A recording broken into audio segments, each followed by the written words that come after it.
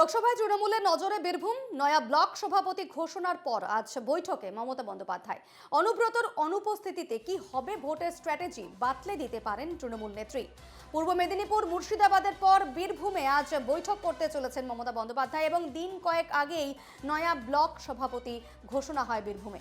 সেক্ষেত্রে আজ বীরভূমের সংগঠন নিয়ে বৈঠক করবেন মমতা বন্দ্যোপাধ্যায়।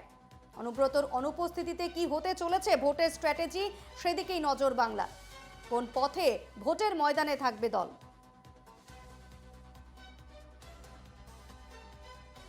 এ বিষয়ে আমরা আরো বিস্তারিত কথা বলবো। টেলিফোন লাইনে রয়েছেন প্রতিনিধি রণজয় মুখোপাধ্যায়। রণজয়, আজকে মমতার এই বীরভূম নিয়ে একটা বৈঠক হতে চলেছে এবং যেখান থেকে আশা করা হচ্ছে যে অনুব্রতর অনুপস্থিতিতে ভোটের স্ট্র্যাটেজি কি হতে পারে সে বিষয়েই বাতলে দিতে পারেন তৃণমূল নেত্রী, কি জানাচ্ছ?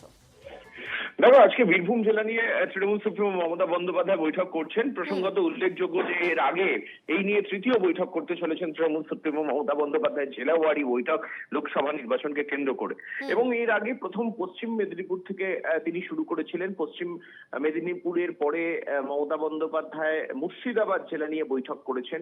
প্রদেশ সভাপতির প্রদেশ কংগ্রেস সভাপতির অঞ্চল নিয়ে বৈঠক করেছেন মুর্শিদাবাদ নিয়ে, এবং তারপরে আজকে বীরভূম জেলা নিয়ে বৈঠক। তুমি জানো যে বীরভূম অত্যন্ত স্পর্শকাতর জেলা এবং একসময় বীরভূমের দায়িত্বে মমতা বন্দ্যোপাধ্যায়ের অত্যন্ত অনুগত দোর্দণ্ড প্রতাপ নেতা তিনি বীরভূমের জেলা সভাপতি ছিলেন অনুব্রত মণ্ডল, কিন্তু এই মুহূর্তে তিনি জেল হেফাজতে রয়েছেন।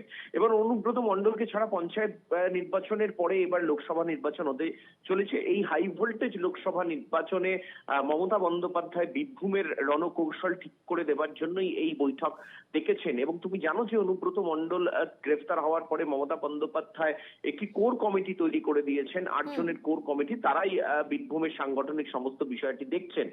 যদিও অনুব্রত মণ্ডলকে এখনো পর্যন্ত সভাপতির যে আসন ছিল সেখান থেকে সরাননি তৃণমূল সুপ্রিমো, এবং সেখান থেকে আজকের এই বৈঠক, যেখানে অত্যন্ত গুরুত্বপূর্ণ। তুমি জানো যে বীরভূম এমন একটি জেলা মাঝে মধ্যেই পাড়ুই থেকে শুরু করে নানুর উত্তপ্ত হয়ে ওঠে, বারুদ বোমার স্তূপে পরিণত হয়, এবং সেখানে গোষ্ঠীদ্বন্দ্ব এই বিষয়গুলো কিন্তু যথেষ্ট রাজনৈতিকভাবে গুরুত্বপূর্ণ। এখন এগুলোকে কিভাবে ট্যাকেল করবে শাসক দল তৃণমূল নেতৃত্বে, এটাই কিন্তু শাসক দলের কপালে সব থেকে বড় ভাঁজ। এবং সেই জায়গা থেকে একদিকে সম্পূর্ণভাবে গোষ্ঠীদ্বন্দ্ব রুখে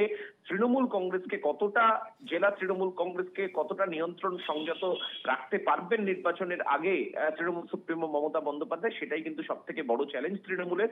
এবং সেখান থেকেই আজকে দলীয় কর্মী সমর্থকদের নেতৃত্বকে বার্তা দেবেন তৃণমূল সুপ্রিমো। এবং শুধুমাত্র মমতা বন্দ্যোপাধ্যায় নয়, মমতা বন্দ্যোপাধ্যায় ছাড়াও সুব্রত বক্সী, ফিরহাদ হাকিম, অভিষেক বন্দ্যোপাধ্যায় নেতৃত্বের শীর্ষ নেতৃত্বের যারা রয়েছেন তারাও আজকের এই বৈঠকে থাকবার সম্ভাবনা রয়েছে। সূত্রের খবর তেমনটাই। দীপর্ণা। বেশ, আপাতত ধন্যবাদ তোমাকে রণজয়।